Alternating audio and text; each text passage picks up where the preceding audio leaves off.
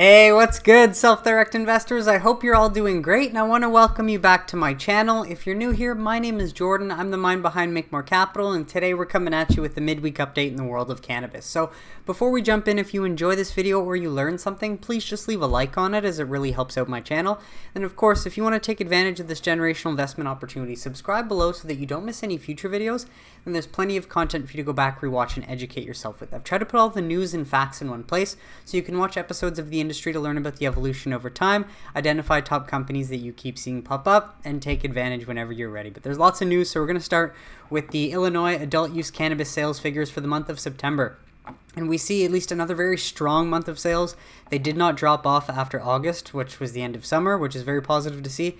And so they sold about 30 more items than last month, about 400,000 more in-state resident sales versus roughly a little over 600,000 less in out-of-state resident sales for 121.7 million, 200,000 less than what they saw last month with 121.9. So if we compare this to last September, it's not over 100%, but it's darn close. And so just before recording the episode, I added up all the frontline figures, so just the 88, 80, 109, 114 all the way down, just to see where we're at in year-to-date sales, and it came up to 991 million. And so if we add in all of this, they're likely upwards of 995, 996, but if we compare that to last year's total sales of 669 million, Illinois is obviously way past that, and when we look at October of last year, which was a record month, and December, which was a record month, there's a good chance we're going to see some strong sales in those months too, which is just very positive.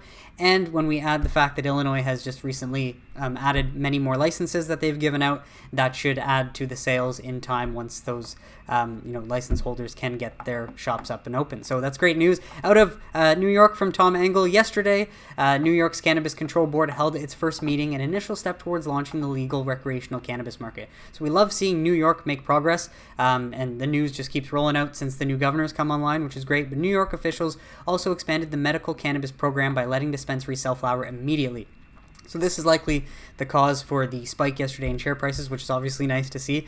Not going to complain when that happens, but gave no specifics on when patients can grow their own, even though they've already missed the deadline in the law to issue regulations for it. So that's obviously not ideal. Hopefully they will figure that part out, especially for the citizens of New York that want to be able to grow at home. This is a nice update out of New York. Onto this from Cannabis News and Due Diligence on Maryland as well. We know that Maryland was going to put legalization on the ballot for 2022, and just this is an update after trying for more than a decade to pass legislation to end cannabis prohibition. Lawmakers may be poised to pass recreational cannabis policy in the next session. So we know it's going to go on the ballot, but this is an article from Maryland Reporter. It didn't really highlight anything that we know that we don't know yet, but so you can grab that link below if you wanted to read it.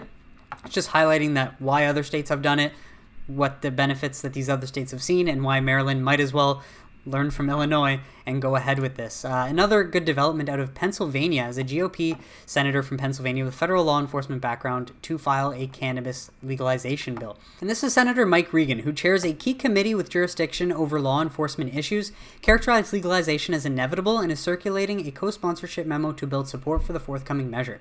Before taking office, he served as a U.S. Marshal, making it all the more notable that he's taking the step to end criminalization and enact a system of regulated cannabis sales for adults. I had the opportunity to work in federal law enforcement at the height of its drug war, so I know the seriousness of drug use, Regan wrote. But I'm also cognizant that there has been a significant decline in arrests and prosecutions for personal use amounts of cannabis in recent years. And he adds, our law enforcement agencies and justice system do not have the manpower or time to handle these minor cannabis offenses that clog our courts and produce little return, he said. Given the senator's law enforcement credentials in relationship with GOP colleagues who have been historically resistant to Democratic-led pushes for legalization, Regan's move could help shift the conversation in the legislature. So under the senator's proposal, portions of tax revenue from cannabis sales would support law enforcement and after-school programs for disadvantaged youth, and he noted estimates that Pennsylvania could eventually bring in $1 billion annually in cannabis revenue. As we've seen from other states, once you legalize for adult use and create that system and that market, it won't take you long to get over $1 billion in sales, especially since they have a medical market established already. On to this one. Thank you, Todd Harrison, for sharing with the Greek the Greek freak AP at Stifel has about the green light for New York medical flower. So just to highlight this, media reports suggest New York's cannabis regulator held its first meeting today after lawmakers recently appointed members in an effort to make progress towards implementing the framework under the rec law enacted earlier this year. Among issues discussed, regulators announced med flower sales will be allowed effective immediately in existing dispensaries. While this change was expected, it was previously unclear when flower sales would be permitted. We reiterate our view of this change potentially causing an acceleration in medical cannabis sales in the critically underdeveloped market with 150,000 patients and annualized at 175 million in retail sales currently. We note similar restrictive medical programs in Pennsylvania and Florida, where a surge in sales growth was triggered upon flower introduction. See below charts. Among our coverage, we believe this is positive for Curaleaf, GTI, and Cresco Labs. And if we just add here Florida annualized market size, this was before smokable flower as of March 2019, and this is after smokable flower by December 2019, and then PA annualized market size before smokable flower, after smokable flower. So it will add to the limited sales that we're seeing in New York, which is beneficial. On to this one from Todd Harrison, Bloomberg Intelligence on Cannabis, just highlighting from another source that we don't see as often talking about cannabis, that the U.S. cannabis market outlook is bright, which we know U.S. regulated cannabis sales could climb faster than consensus of about $47.6 billion in 2026, even if federal legalization does not occur during that period, we believe. So I'll just leave this here. You can pause to read the rest if you want. Mind you, this is stuff that we already know and that I've already covered, but I want to thank Todd for sharing this so I can add it, because as more analysts cover this real and undervalued situation in a positive light, that's going to help bring more buyers into this space. As Todd also highlights from Jeffries, now this is mostly covers what I covered last week, so just want to add at the bottom, this is a positive, at least from an investment perspective at least, as it is possible that banking reform with social equity, SAFE Plus as many refer to it, could likely lead to capital market protections. While we were confident capital market protections would happen at some point over the next 12 months before midterms, this scenario may mean it brings it to sooner rather than later within that 12 months. Now again, we don't know when this is. The best thing you can do is plan accordingly for when this when, not if scenario does happen. And then lastly, this one is from BTIG on cannabis. Now I'm not going to read through all of these. If you want, you can pause and read them, but it takes up too much time. But what you should know, after BTIG's inaugural cannabis conference underscores vast growth opportunity. A few of the headlines: just normalizing consumer demand trends post-COVID is no cause for concern. Plus, long-term industry views exceptionally positive as brands look to become more important. The last few: pricing pressures in select U.S. markets. Now, this one's hard to see. You might not be able to read it. You can grab the link below, but I'm just going to read this one piece: legislative momentum in Congress. And this comes from lobbyists. And if you've listened to the town hall that had Brody Cobb and his friend Pete, one of the lobbyists he works with, this highlights what they've been doing. And again, they're on the ground in Washington doing this lobbying effort. So they obviously have a perspective on what they think is going to happen based on what they're seeing on the ground. We hosted a legislative discussion with Pete Landrum, Vice President, BGR Government Affairs, and Brady Cobb, founder and former CEO, Bluma Wellness and One Plant Florida. Both believe that safe banking included as an amendment in the House's version of the NDAA is the best chance Congress has ever had to pass cannabis-related legislation. While SAFE was not included in the Senate's version of the NDAA, there is a chance it could be included in the final bill when both chambers go to conference committee. SAFE via the NDAA could pass as later in this year or by next spring. Ultimately, we believe some form of legislation, SAFE Plus, a watered-down version of Senator Schumer's CAOA, etc., will likely pass before the midterm elections as Democrats aim to retain control of Congress. And yes, it just seems like a no-brainer. They have to do something to get, to remain in control and end up getting elected again next year. So again, plan accordingly, accumulate if you can. Stack that cash, but be on the lookout because I think the momentum is building, obviously, with all of these stories and with states starting to take more action. While we move on to MSOs that continue to execute, Curaleaf announces that they've completed their acquisition of Los Suenos. So just to add, Boris Jordan, executive chairman of Curaleaf, stated, "We're very excited about the closing of the Los Suenos acquisition. The vertical integration of our business in Colorado significantly strengthens Curaleaf's market presence in the second largest state cannabis market in the U.S. This deal provides Curaleaf with a high-quality, efficient, and low-cost supply of biomass to support our wholesale retail customers in Colorado, and once interstate commerce is allowed on a regional scale. Now, there's no date, or we have no idea when interstate commerce will come, but it's good to see Curaleaf preparing, as if you want to be the biggest and stay the biggest, or one of them, that's what you got to do. Overall, our newly expanded cultivation capacity will allow us to better serve Colorado's $2.2 billion annual cannabis market opportunity. Following the successful completion of the Los Suenos acquisition, Curaleaf gains 3 Pueblo, Colorado outdoor cannabis grow facilities covering 66 acres of cultivation capacity, including land, equipment, and licensed operating entities, and 1,800 plant indoor grow, and 2 retail cannabis dispensary locations serving adult use customers. As the largest cannabis biomass producer in the state, the Los Suenos facility will help fuel the company's select brand's already market-leading presence in Colorado with a variety of best-in-class cannabis products distributed to nearly 2,000 locations across 18 states. Another MSO continuing to execute, we've got Trulieve, as an amazing victory for Trulieve to build a large medical cannabis facility at former McKeesport steel plant in Pennsylvania. So we see here Trulieve, a medical cannabis cultivator and retailer, has completed a deal with the Regional Industrial Development Corp to expand its operations at the former U.S. Steel Tube Works. The Tallahassee, Florida-based company has purchased 3 buildings, including a former U.S. Steel guardhouse and nearly 37 acres of land from the RIDC at the former plant, now known as the Industrial Center of McKeesport. Trulieve intends to use the properties to build a medical cannabis processing and cultivation facility totaling roughly 508,000 square feet. While the construction would represent a big expansion for Trulieve, which already owns 2 buildings at the site it secured last year in its acquisition of McKee-based Sport Pure Pen, Don Smith, RIDC president, estimated that the new facility will likely double Trulieve's presence at the site, adding 800 jobs, which is a huge sign of progress because this is an amazing win for us in McKeesport. It's a great reuse for the facility and land and a really significant number of quality jobs. And it's a real mission success to bring that back to what was a major employment center for McKeesport. And so apparently Trulieve paid $10.3 million for the buildings and the land involved in the transaction, according to Mr. Smith, and for reinvesting in this community. Aiding Trulieve's expansion efforts is a $2 million state redevelopment assistant capital grant, because the expansion not only brings employment opportunities, it also helps strengthen the local economy. So they are very proud to have Trulieve in their district and look forward to their continued success. So just an example of the few U.S. companies that are employing U.S. citizens for their work, as opposed to these tech giants that have shipped everything overseas and, really flipped America upside down. So just wanted to add that. And then another one, nation's leading cannabis wholesaler opens the $30 million facility in Michigan. The Chicago-based vertically integrated cannabis company Cresco Labs unveiled its first cultivation and processing facility in Michigan while celebrating the first harvest at its 100,000 square foot property in Marshall. The company said it has invested north of $30 million over 3 years in redeveloping the former Campbell Soup manufacturing facility at 210 Oliver Drive. It was more of a community-focused initiative as we look to at a retrofit like this, as we look at a building that sat dormant for almost 10 years and we can bring it back to life, said Cresco Labs CEO and co-founder Charlie Bachtell, adding, "We couldn't be happier to be here today to bring the Cresco mission of the normalization and professionalization of cannabis to Marshall and Michigan as a whole."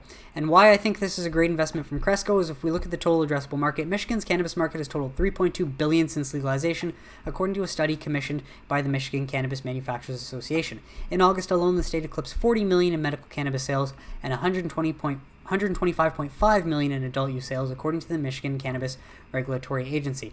If we just take a look too, remember Cresco is a publicly traded legal cannabis and medical cannabis company with brands sold at over 700 dispensaries nationwide, and according to the marketing research group BDS Analytics, Cresco is the best-selling cannabis brand in the U.S. through its consumer packaged goods approach. So while Cresco does not have any dispensaries in Michigan, with this massive cultivation facility, they can turn that cultivation into their consumer packaged goods and sell those to the dispensaries in Michigan, who then sell the top-selling brand to the customers. And this also adds 60 employees, 110 additional jobs, and these are good jobs with full-time employees who provide benefits such as health, dental, and vision, 401k, and company equity. So again, highlighting how these cannabis companies are also investing in America, unlike a lot of the extremely overvalued companies that others want to have their money in right now. I think this is where money's going to go to once we see that flip switch. On to some international updates. Top Mexican senator lays out next steps for national cannabis legalization. And what are those next steps? Nothing new. But a top Mexican senator says the stage is set for lawmakers to actually pass a cannabis legalization bill during the new session after multiple attempts in recent years fell short of getting over the finish line. At the request of legislators, the court agreed to extend its deadline for Congress to formally end prohibition on multiple occasions, but because of the repeated failed attempts to meet these deadlines, justices ultimately voted to end criminalization on their own in June. There's still a lack of regulations for legal sales. However, the Senate Majority Leader Ricardo Monreal Avila of the ruling Morena Party says the plan is to fill the gap via legislation this session that started on September 1st. Now, I did read through the whole article, though, and there are no next steps or timeline or anything like that. Basically, he just said that we're going to pick up where we left off. So hopefully we can get some development out of Mexico sooner than later. But there's good news out of Germany as well. Following the German elections, green, yellow, and even red all means go for cannabis. So this is positive to highlight, as following Germany's elections on September 26th, the most likely outcome is the traffic light coalition made up by the Social Democrats, Free Democrats, and Greens. And such an ample coalition is likely to be good news for legalization. Now, the prospects for cannabis legalization under the ample coalition are completely different than the party that had held in the past, the Christian Democrats that were opposed to legalization. In addition to the Greens, the government would feature a second pro-legalization party, the Free Democratic Party. According to the FDP's leader, Christian Lindner, legalizing cannabis is about the only thing the FDP could easily agree with the Social Democrats and Greens on. As for Social Democrats, who won the most seats for the election, they are described as being mildly for cannabis. According to the Social Democrats platform, like alcohol, cannabis is a social reality that we have to deal with adequately politically.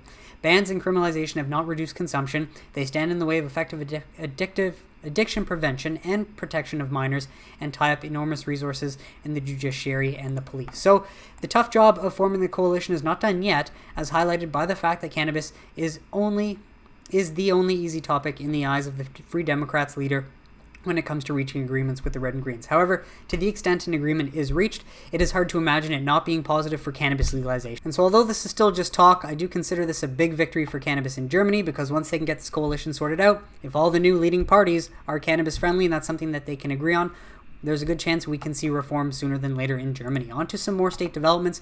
More than a dozen Ohio cities will vote on cannabis decriminalization ballot measures next month, as voters in more than a dozen Ohio municipalities will decide on ballot measures to decriminalize cannabis next month. As it stands, 22 jurisdictions across the state have already adopted local statutes effectively decriminalizing cannabis possession, some of which have been passed by voter initiatives, while others have been adopted by city councils. Now activists have succeeded in collecting enough signatures to qualify cannabis proposals for the November ballot to reduce the local punishment for low-level cannabis possessions to the lowest penalty allowed by state law, which is 0 days in jail and a fine of $0. The initiatives will go before voters in all of these towns or municipalities. On to this one, again from Marijuana Moment. Marijuana isn't exactly on Virginia's ballot next month, but legalization's fate is, advocates say. And I found this story kind of mind-blowing. Marijuana legalization advocates in Virginia are urging voters to get to the polls next month to elect politicians who will support the cannabis legalization policy passed by lawmakers last session. Some elements of the new law, for example, those allowing personal possession and home cultivation of cannabis, took effect on July 1st. However, other aspects, most notably establishing a regulated retail cannabis market, don't kick in until 2024 and will require further approval in the coming year from state lawmakers and the governor. Under the final deal agreed by lawmakers last session, nearly all of the legal cannabis sales provisions of the law are subject to reenactment by the legislature in 2022. So depending on who voters choose as governor and which party ends up controlling the legislature during the election, the new government could drastically roll back planned reforms or undo them completely, said Jen Michelle Pedini, development director of the advocacy group Normal and executive director of the group's Virginia chapter. It seems crazy, but a reminder why we need informed citizens, because if you're not paying attention and you vote for whoever and you don't know what policies they stand for, you can end up seeing a situation like this. Advocates say that even though there won't be legalization question on the ballot next month, the fate of the policy will ultimately be decided by voters in the coming general election and who they vote in. So best of luck to Virginians. I don't know. I'm going to assume that the Democratic Party is likely more for legalization, but hopefully all of the progress made in Virginia doesn't get reversed. While we move over, in Philadelphia, we'll vote on cannabis referendum calling for statewide legalization next month. Philadelphia voters will get the chance to send their state representatives a clear message this November with a referendum on cannabis legalization on the ballot. While multiple Pennsylvania cities, including Philadelphia, have enacted ordinances decriminalizing low-level cannabis possession, legislation to enact broader reform statewide has consistently stalled. So the city council has has placed a referendum on the local ballot with the hopes of further motivating the legislature to move ahead with legalization.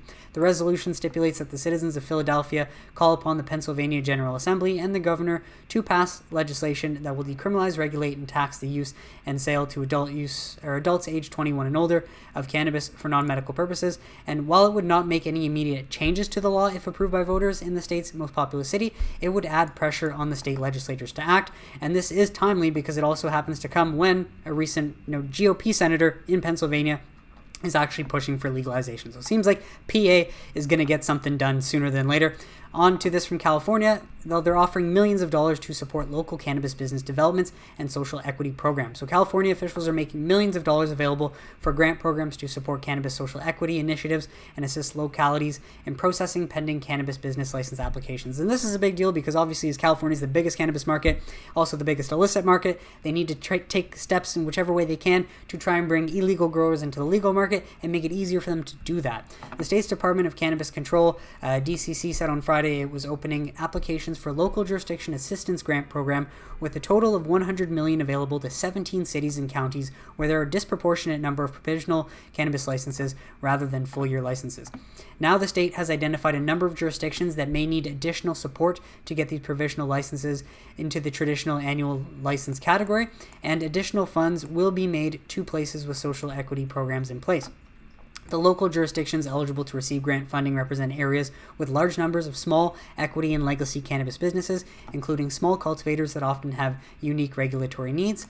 Adding, because the needs of each city and the county vary, the grants will range from $400,000 to $22 million each, and the state expects to issue the grants by the end of this year, and this will be a one-time grant program, Elliott told Cannabis Moment in an email, whereas other cannabis-related grants are annually renewed. So that should help fight the illicit market in California, hopefully, but also bring some of these illegal operators into the legal market so they can take advantage of this booming market.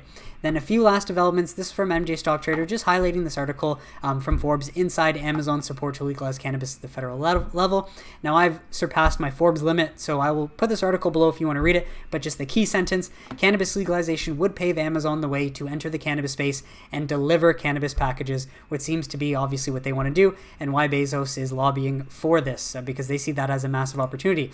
Another development in celebrity world: Justin Bieber breaks into cannabis with Palms partnership. So J Biebs is entering the cannabis market with pre-rolled joints that he's calling Peaches, the name of a song from his most recent album. The Canadian singer is working with the Los Angeles-based company Palms on the product. Palms specializes in pre-rolled cannabis products, with its 7-joint pack selling for $32 at locations in Nevada and California, according to the site. He adds, "I'm a fan of Palms and what they're doing by making cannabis approachable and helping to destigmatize it, especially for the many people who find it helpful for their mental health," Bieber said in an emailed statement. A spokesperson declined to share financial terms of the collaboration. So as we see more celebrities getting into cannabis, because it at some point helped them in the past, it should help bring some more positive awareness. And last but not least, we have this from the ACLU, which is just, I believe, an opt-in sheet to support just cannabis legalization. So while an increasing number of states are moving to decriminalize legal cannabis, arrest rates and racial disparities in arrests are not improving. In some parts of the country, they're getting even worse, which is just so sad. So it's past time that we not just legalize cannabis, but we do so in a way that tackles racial disparities head on, and the MORE Act will do just that. Please tell your representatives to support this critical legislature. And so if you can, please try to put your information in, because this could help get the MORE Act voted on to pass the House sooner than later. Obviously, I'm not sure, but as we know that the MORE Act was passed through that House Judiciary Committee, its next step has to be voted on in the full U.S. House of Representatives. So if you can show your support here, this could potentially help get the ball rolling. Of course, you can opt out of these so that you don't get sent emails, because obviously they're just trying to grow their email list with this too. Be mindful, of course, but this is helping a good cause. So that is it for today's episode, folks. I want to thank you so much for tuning in, and I really hope you got some value out of it. What did you think of the story shared? Let me know in the comments if you have any questions or suggestions, as I'd be happy to address them. Otherwise, if you enjoyed this video, please leave a like on it. Subscribe below if you don't want to miss any future videos, and I'll catch you on Sunday for This Week in Cannabis News. Have a great week, everybody.